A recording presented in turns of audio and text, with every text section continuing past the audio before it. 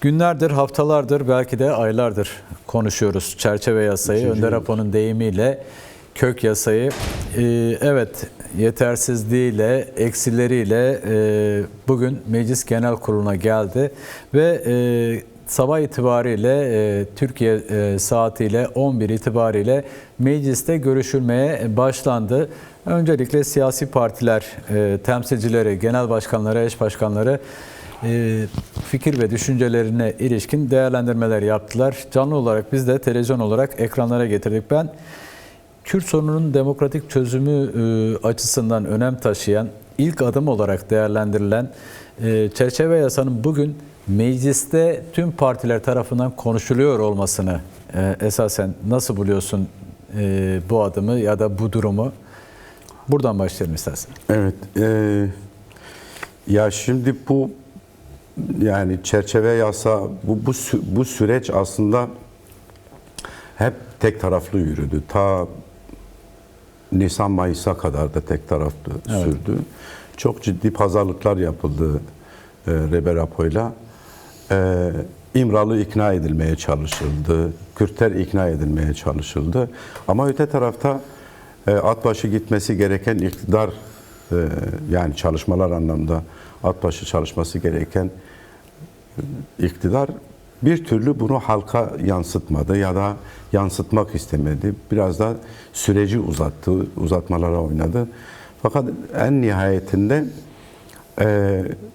biz şunu diyebiliriz. Yani toplum gerçekten eğer bir şey istiyorsa ve bunun için mücadele ediyorsa iktidarlar neçar kalıp bir şekilde cevap olmak zorunda kalıyorlar. Dolayısıyla geçen hafta çok yoğun geçti. Yani geçen pazardan bu pazara kadar çok yoğun geçti. Evet. Geçen pazar Reber Apo'yla son bir heyet görüşmesi oldu. 2 Ağustos. Biraz da aslında sanki son şekli verildi diyebiliriz. Her iki tarafın da uzlaşabileceği 12 maddelik bir kök yasa yayınlandı ya da işte meclise geldi. Şimdi bu süreç artık başladı. Bunu hem Kürtler açısından hem genel anlamda Türkiye açısından tarihi bir gün. Yani bugün Türkiye Büyük Millet Meclisi'nde eğer bu konu tartışılıyorsa gerçekten bu tarihi bir gündür. Çünkü 100 yıl sonra yani hatta 103 yıl sonra 1923'te bir yasa çıkarılıyor. İlk yasa biliyorsun hiçbir azınlığı, hiçbir inancı yok saymıyor. Tam tersine kapsayıcı bir yasaydı. Fakat sonrasında bu değişikliğe uğruyor ve sonrasında da milliyetçi bir grup diyeyim bir kesim iktidara geliyor ve bugüne kadar hep yok sayma üzerine Türkler dışında Anadolu'da onlarca belki sayı itibariyle çok az olabilir ama onlarca milleti yok saydılar. Kürdüyle, Türküyle, Lazıyla, Çerkeziyle, Abazıyla yani neredeyse bütün halkları yok saydı ama 100 yıl sonra bugün mecliste tabii ki tartışılıyor olması bu ciddi bir şey. Bu tarihi bir şey. Ben bugün sabah programını sunarken Türkiye'de hem iktidar yanlısı hem karşıt gazetelere baktım. Biraz da dili değişti mi diye baktım açıkçası. Çünkü o çok önemli. Eğer dil değişmediği müddetçe ki bu sürecin en önemli argümanı biraz da kullanılan dil. Biliyorsun ilk yasa çıktığında terörsüz Türkiye diye çıktı. Ve devlet erkanı bunu sonuna kadar dillendirmeye çalıştı. Ama Kürtlerin itirazı sonucu bu isim değişikliğini yapmak zorunda kaldılar. Şimdi her ne kadar bu yasa güvenlikli bir zihniyetle hazırlanmış olsa bile bu bir eşiktir. Başkan Apo'nun dediği deyişiyle bu bir eşiktir. Kapı aralandı. Bundan sonra esas mücadele bundan sonradır. Yani bugün Türkiye Büyük Millet Meclisi'nde eğer bütün partiler kendi görüşlerini dile getiriyorlarsa ki bazıları belki de biraz daha farklı yönlere çekebilir ya da farklı şekilde değerlendirebilir. Ama bazı değerlendirmeler de doğrudur. İşte Özgür Özel'in bugün mecliste yaptığı demokratikleşme olmalı. Kürt sorununun demokratik ve hukuki bir zeminde tartışılması gerektiği noktasında. Bunu zaten herkes başından beri söylüyor ama eğer bunu farklı bir amaçla söylemiyorlarsa esas ona bakmak gerekiyor. Çünkü bu süreçte sen biliyorsun mesela cumartesi günü Adalet Komisyonu'nda çalışırken CHP Yeni Parti Sözcüsü Murat Emir özellikle HDP eş genel başkanı Selahattin Demirtaş'ın durumunu gündeme getirdi. Ona da Saruhan Oluş bir cevap verdi. Yani dedi ki o bizim arkadaşımız. Bu Araçsallaştırıyorlar. Araçsallaştırmayın. Evet. Yani şimdi başından beri bu yapılıyor. Hep Kürtler arasına bir şey koymaya çalışıyorlar. Ama sürece baktığımızda Kürtler yekvücut. Tabii ki aykırı sesler olacak, tabii ki eleştirenler olacak. Bu eleştirinin dozu kimi zaman belki yüksek de olabilir, belki az da olabilir. Ama nihayetinde eleştiri de olmak zorunda. Çünkü eleştiri sonuçta yol açıcıdır. Görmediğin bir sürü şeyi orada görebiliyorsun. Ona göre kendini daha sağlıklı, en azından önüne koyduğun yolu, yordamı daha sağlıklı, daha anlaşılır, daha toplumun da anlayabileceği şekilde anlatmaya çalışıyorsun. Bence tarihi bir gün, evet. Gerçekten tarihi bir gün. Yok sayılan, inkar edilen, 100 yıldır hep terörle tabir edilen Kürtler bugün masada tartışılıyor. 100 yıldır hep dar ağaçlarıyla sonuçlanan, hep sürgünlerle sonuçlanan Kürtlerin haklı isyanları bugün artık masaya taşınmış durumda ve masada da tartışılıyor. Elbet bu kolay değil. Yani 100 yıl boyunca siz eğitimiyle, güvenliğiyle, her şeyiyle siz bir halkı yok saymışsınız. Tarihinde yok, kültüründe yok saymışsınız, her şeyini yok saymışsınız, dilini yok saymışsınız. Ve toplum 3 kuşak, 4 kuşak bu şekilde yetişmiş. Şimdi buna baktığımızda bu kolay değil. Bunu hazmetmek karşı taraf açısından kolay değil. Öte taraftan Kürtler açısından da kolay değil. 100 yıl boyunca yok sayılmışlar. Hep kendini var etmeye, ben varım demeye çalışmış. Bunun için isyanlara kalkışmış. Bunun için çok büyük mücadeleler, çok büyük bedeller vermiş. En son özgürlük hareketiyle birlikte zaten zirveye ulaştı. Ama neticede baktığımızda artık inkarın hani derler ya yani şeye sığmadığı bir noktaya geldi. Mızrak çuvala sığmıyor şeyine geldi. Evet. Bir diğeri de konjonktürel olarak da Orta Doğu'da çok ciddi değişimler oluyor. 2 tane diktatörlük yıkıldı Suriye'de ve totaliter rejim yıkıldı Suriye ve Irak'ta. Bu şu an İran-Amerika ciddi bir savaş sürecinde İsrail ile birlikte. İran ciddi kaynıyor. Oradaki halklar da çünkü kendi haklarını istiyor, başta Kürtler olmak üzere. Dolayısıyla bunun Türkiye'ye yansımaması mümkün değil. Evet. Türkiye, hatırlarsan MHP Genel Başkanı Devlet Bahçeli, İran'a yönelik saldırı olduğu zaman şöyle bir açıklama yapmıştı. Elbette bu bizi etkiler demişti. Evet. Bizi etkilemiyor diyenler gaflet içindedir demişti. Bu İran için söylediği şeyler ama Suriye etkiliyor, Irak etkiliyor. Bugün Türkiye eğer şu gücü kendinde buluyorsa böylesi bir süreçte... Ben o makas ayrımını esasen de konuşulması gerektiğini düşünüyorum. MHP ile bu işte ırkçı diğer parti, İYİ Parti, Zafer Partisi bunlar arasında bir makas ayrılığı olduğu göz önünde. Bugün çerçeve yasaya karşı çıkışlarından da açığa çıkıyor. Şimdi aynı tehlikeyi o akıl görmüyor mu?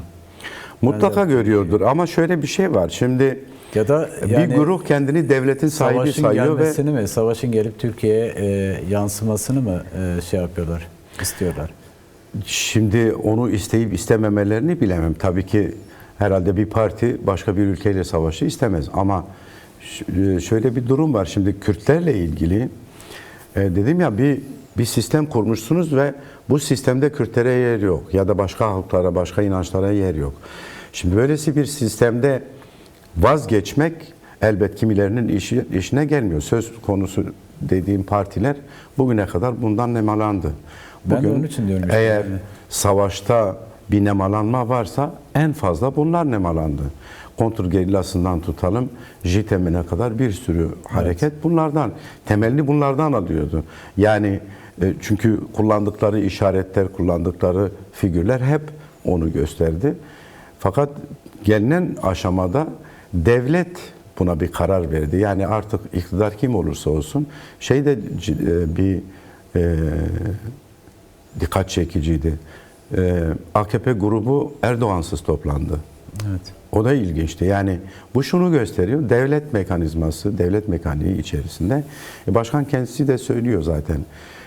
Bu mekanik içerisinde bir savaş mekaniği söz konusu ve bu sürekli hareket içerisindeydi. Şimdi bir şeye karar verdiler.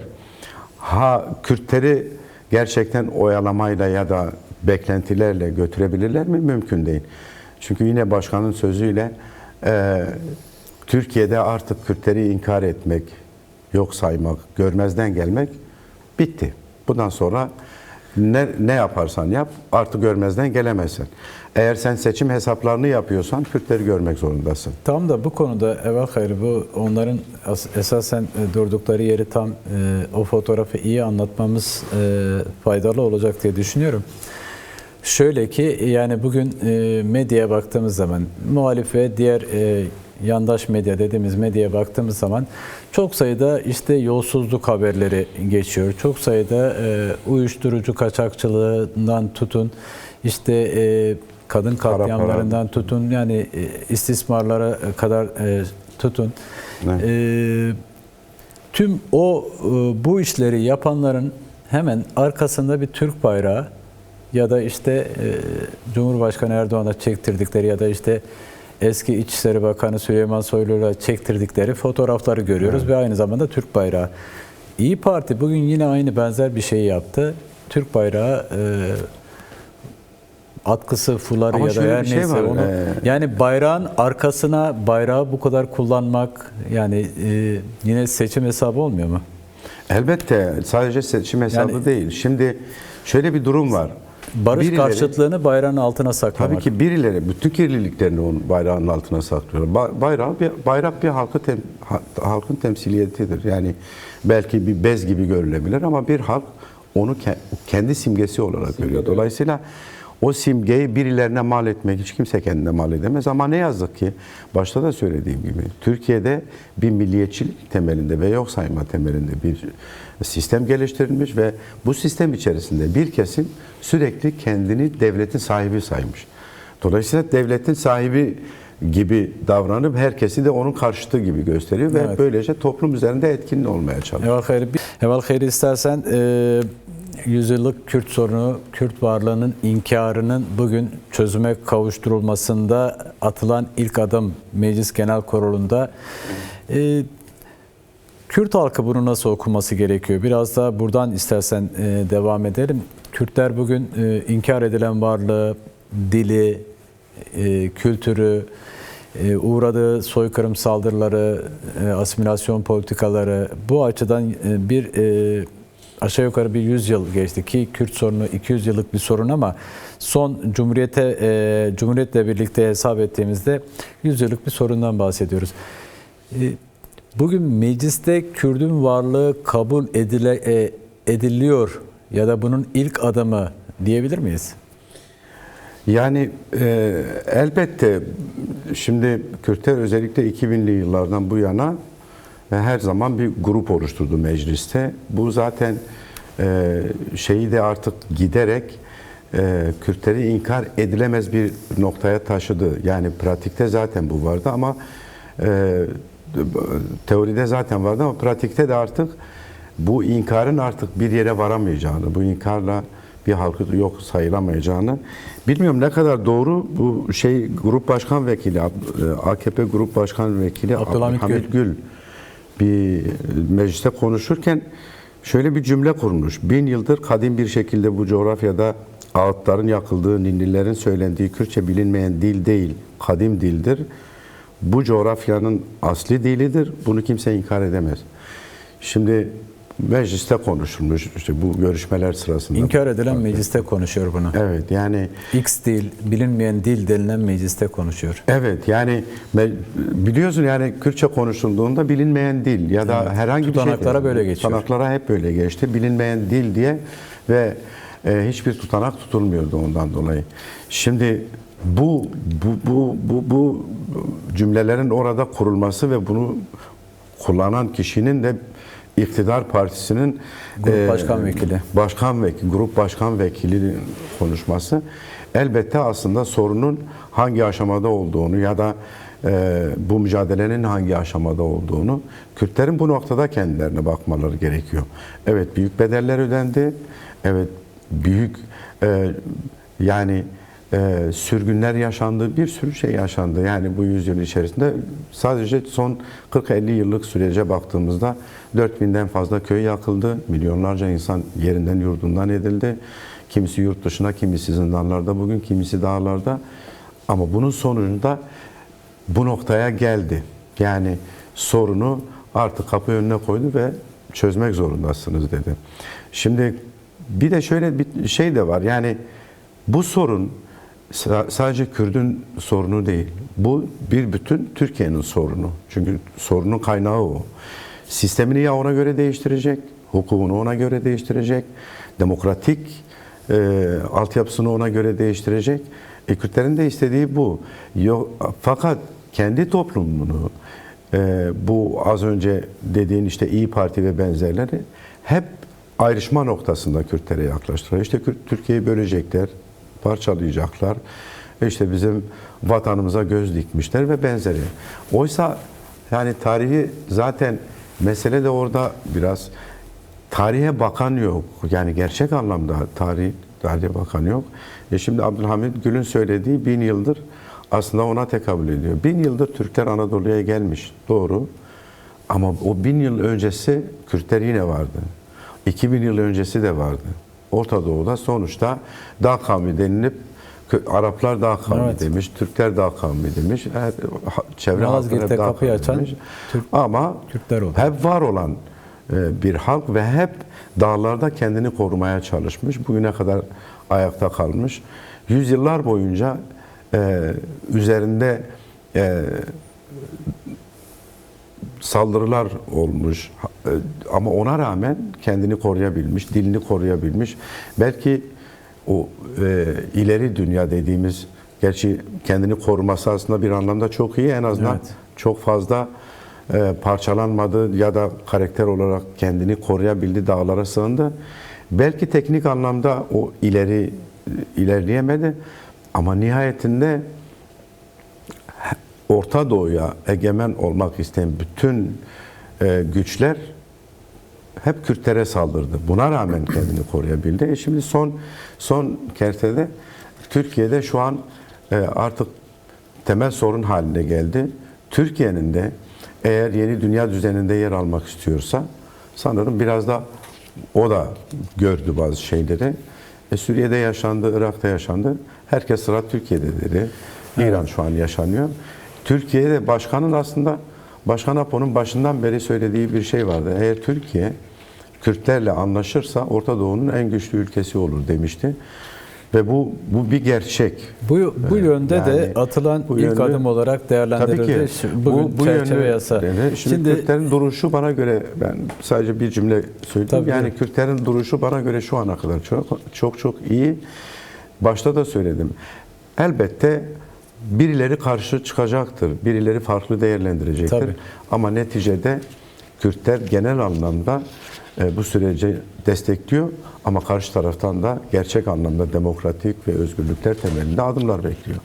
Şimdi az önce Abdülhamit Gül'ün konuşmasından bir pasajı okudun.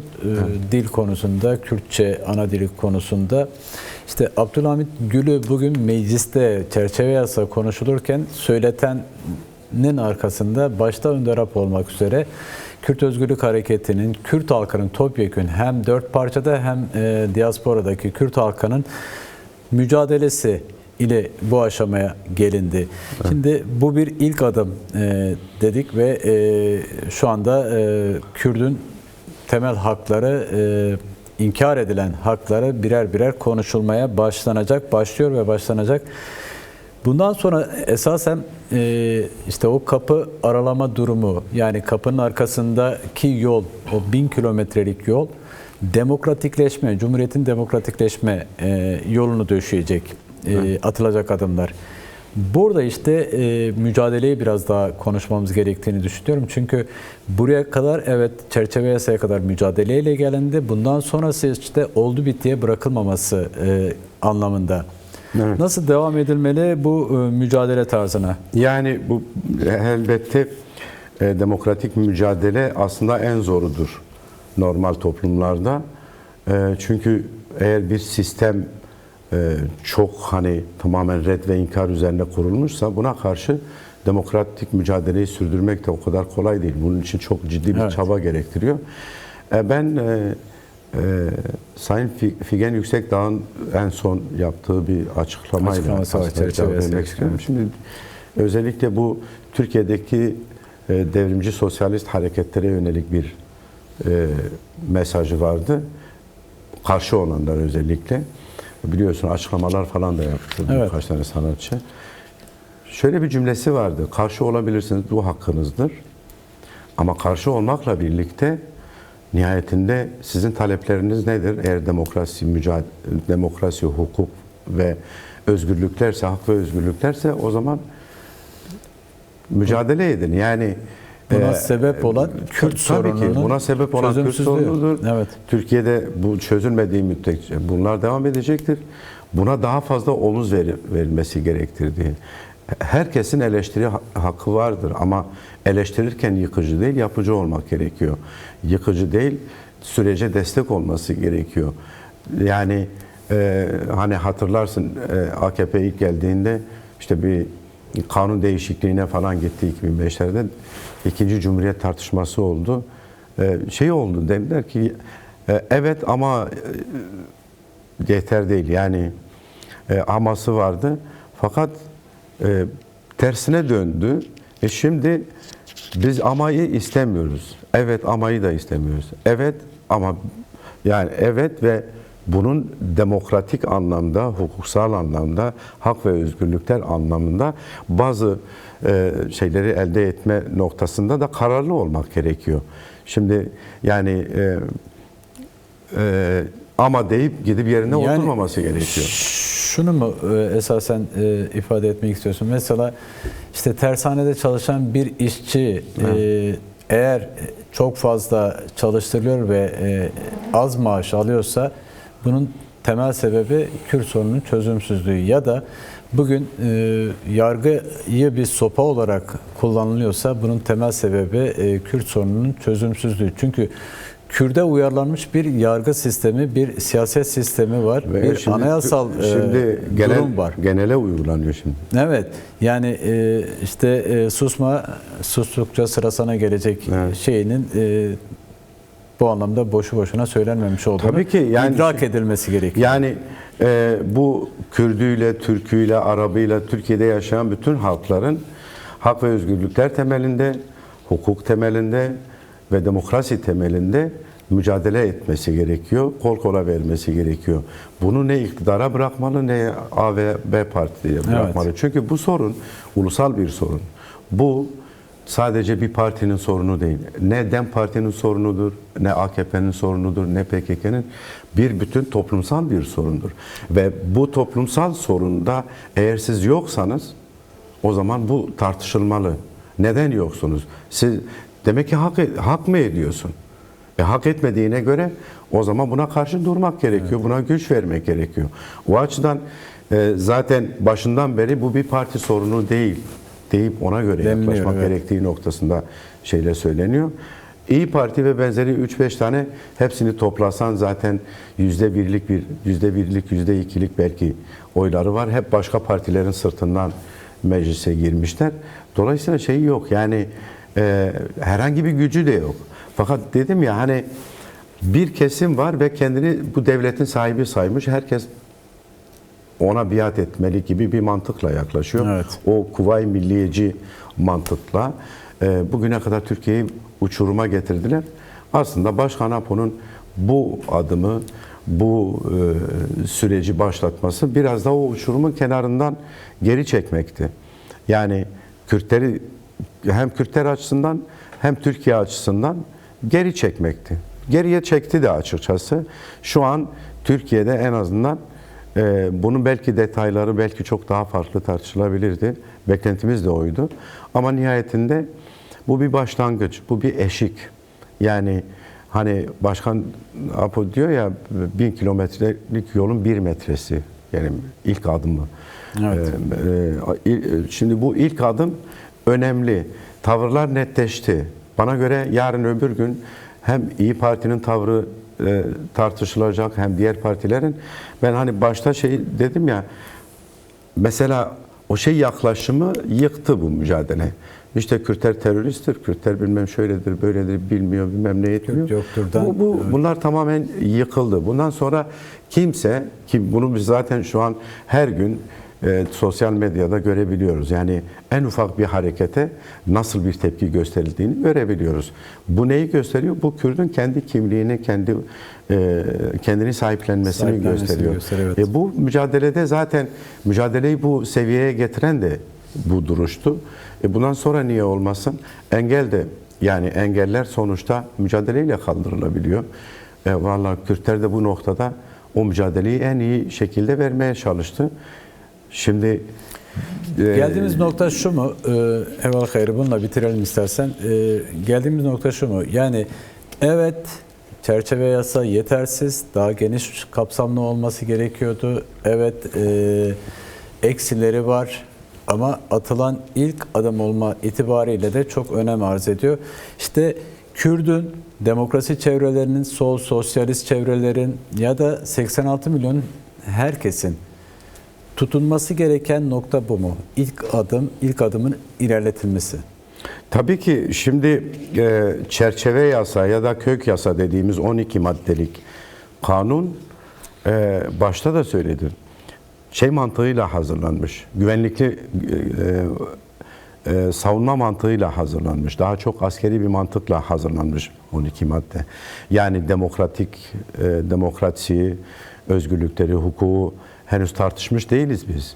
Bundan sonraki süreç esas o tartışmaları beraberinde getirecek. Bundan sonra bunlar tartışılacak. Ama bundan sonra bunların daha sağlıklı yürüyebilmesi için de toplumun genel anlamda buna destek, buna güç vermesi gerekiyor ki gerçek anlamda şimdi hukuk sadece bunu isteyenler için değil, hukuk bütün Herkes toplum için. içindir. Herkes içindir.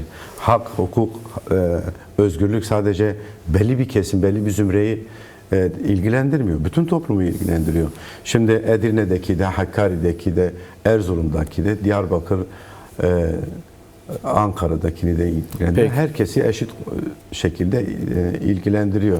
Yani bana ne, beni ilgilendirmez ya da işte ne olursa olsun ama en sonunda kendine Herkes ilgilendiriyor ve herkes de şimdi CHP'nin halini gördük işte bugüne kadar. Yani kayyumlar atandı, ses çıkarmadı. Hatta milletvekili işte Selahattin Demirtaş ve birçok milletvekili ve meclis üyesinin dokunulmazlıkların kaldırılmasında büyük bir rol oynadılar. Yani rol oynadılar ve bu sonuca getirdiler. Şimdi kendileri mağdur Pişman da olmaya olmadılar. başladılar. Evet. Yani. Peki.